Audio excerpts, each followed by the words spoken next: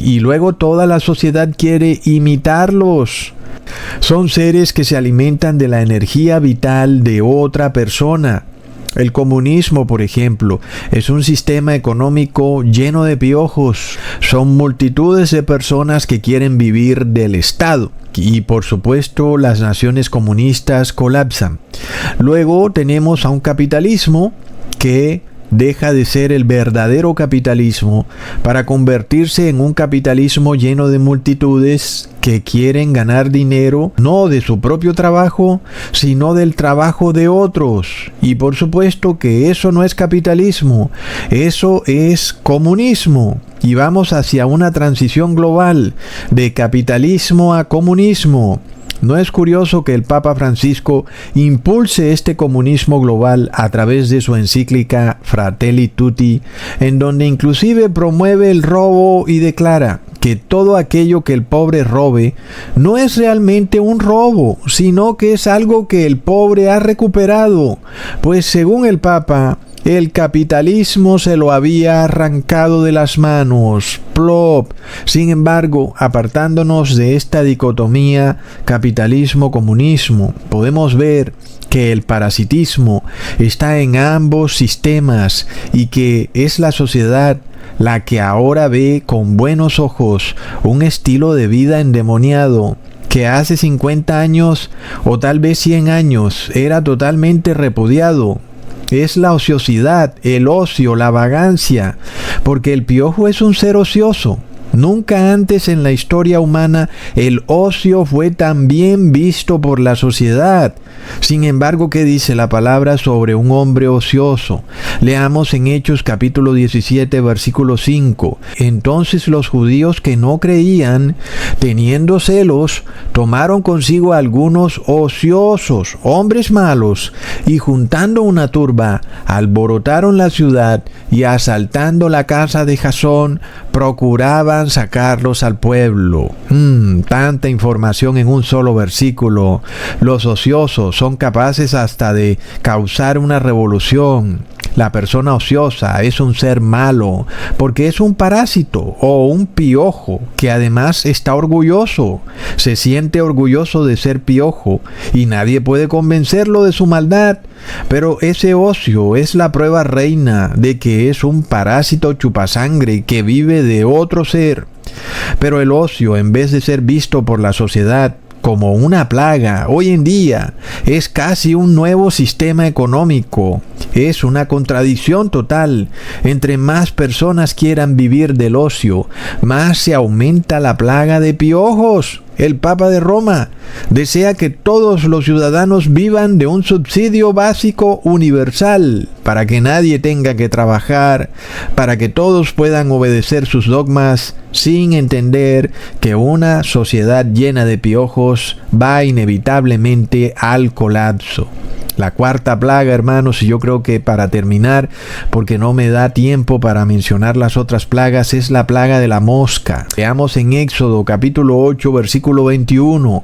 Porque si no dejas ir a mi pueblo, he aquí yo enviaré sobre ti, sobre tus siervos, sobre tu pueblo y sobre tus casas toda clase de moscas, y las casas de los egipcios se llenarán de toda clase de moscas, y asimismo la tierra donde ellos estén. La mosca era un insecto idolatrado en Egipto. Es curioso, ¿verdad? Pero les voy a explicar por qué. La mosca era casi considerada como un semidios. Inclusive para ellos era un insecto que traía bendición. Pero ahora viene lo opuesto. La plaga de moscas trae maldición y los egipcios son confrontados con su pecado.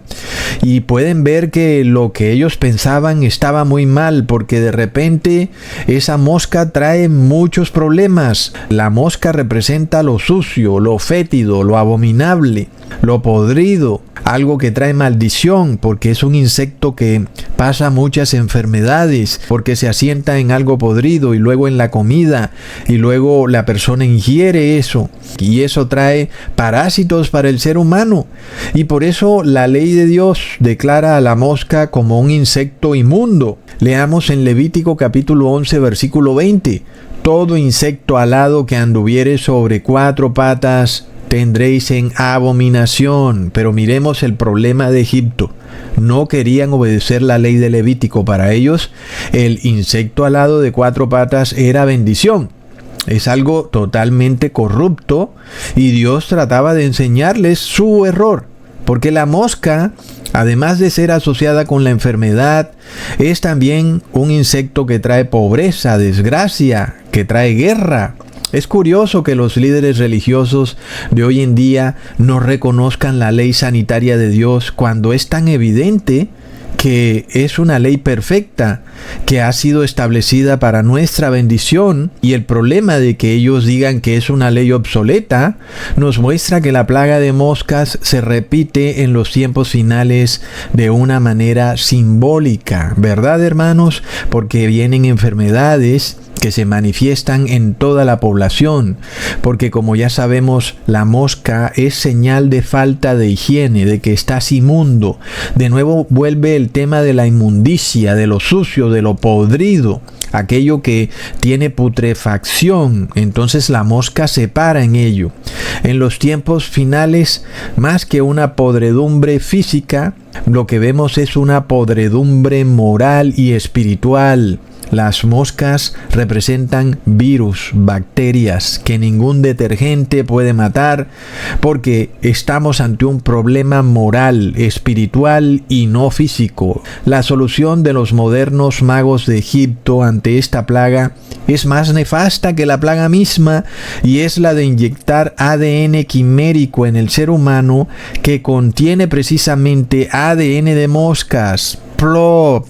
Parece increíble, hermanos, que Hollywood haya hecho una película que se llamaba La Mosca, en donde un hombre se metía en una cápsula y era capaz de transformarse en algo, en animales o algo así, no la recuerdo muy bien, pero recuerdo que de repente una mosca se mete con él en la cápsula y luego se fusiona el ADN de la mosca con el ADN de aquel hombre. Y luego pues lo que le viene a ese ser es una corrupción física, porque su ADN se empieza a corromper. Pues no es algo obvio, hermanos, es como evidente, pero ¿qué pasa en el siglo XXI? Cuando las personas dicen, me van a poner ADN quimérico y yo no sé nada, no me importa nada, pónganmelo en mi cuerpo para ver si yo me sano de la plaga. Es de locos, hermanos. Entonces, ¿qué viene para el ser humano? Una corrupción, una podredumbre, ya no solamente espiritual, sino también física. El ADN del ser humano se empieza a corromper. La desobediencia a la ley sanitaria de Dios trae consecuencias devastadoras en las personas. Aunque tengan todo tipo de detergente, ahora vemos una falta de higiene moral. Los magos de Egipto ordenan que las personas se laven las manos, pero ningún detergente puede quitar la inmundicia espiritual de las multitudes. Entonces aparecen enfermedades, la corona, la viruela, el SIDA, sífilis, antrax, zika, malaria, cólera, leishmaniasis, lepra, en fin.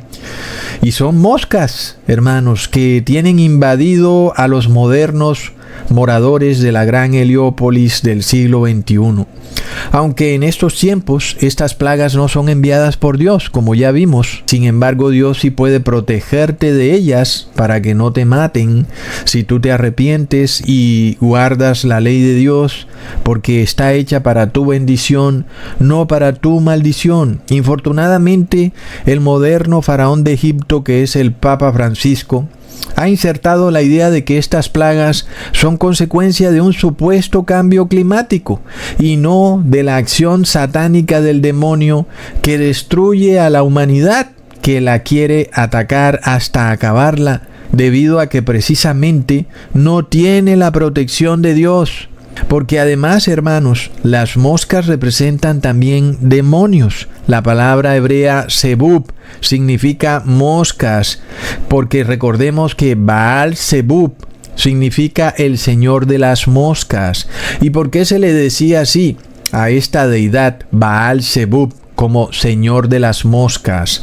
Pues porque cuando se hacían esos sacrificios inmundos en los templos paganos, había muchas moscas. Leamos en Segunda de Reyes capítulo 1 versículo 2.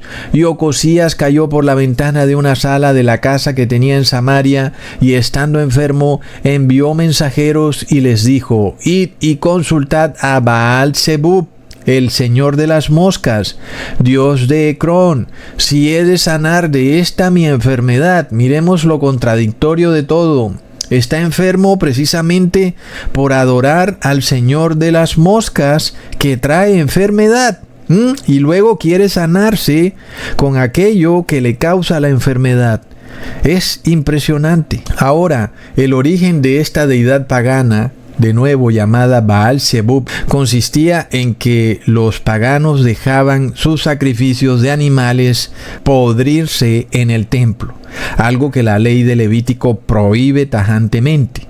Ningún sacrificio debe permanecer por más de 3 días en el templo de Dios. No pasaba así con los templos paganos, sino que el sacrificio de aquel animal quedaba ahí en el templo, y por supuesto venía la podredumbre y el mal olor, y venían las moscas. ¿Verdad, hermanos? Es obvio. Y en vez de los impíos decir: esto no está como bien porque algo huele feo aquí, esto huele horrible, esto es inmundo, antes por el contrario decían que esas moscas eran bendición, eran una especie de señal de Dios, del señor Baal-zebub, de que todo estaba muy bien.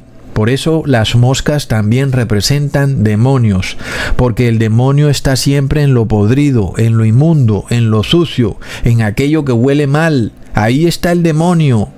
Curiosamente, nosotros vemos la diferencia entre un templo pagano y el templo de Dios. El templo pagano lleno de moscas, el templo de Dios pulcro y limpio. Qué bello, hermanos, la diferencia entre lo puro y lo impío, entre lo que viene de Dios y lo que viene del ser humano.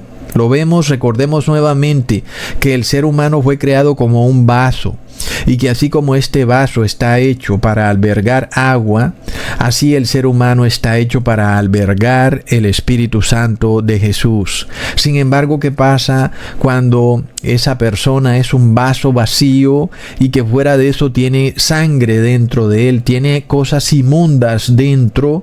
Pues, ¿qué va a pasar? Que vienen moscas a ese vaso, se meten dentro del vaso y no se van a ir del vaso. No hay manera de sacarlas a menos de que tú tomes detergente y limpies el vaso y lo purifiques.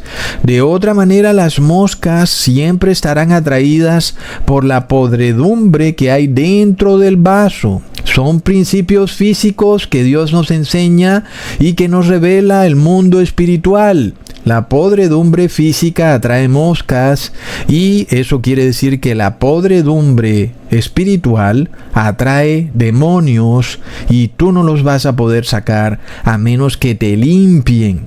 Entonces, así como nadie puede espantar unas moscas de algo podrido, ¿verdad? Ve y trata a ver qué va a pasar. No vas a poder. Asimismo, nadie puede espantar los demonios de un ser humano podrido moralmente, porque no guarda la ley de Dios. Por eso es que nosotros sabemos con total claridad que todos estos exorcismos que ocurren en las iglesias católica y evangélica son falsos.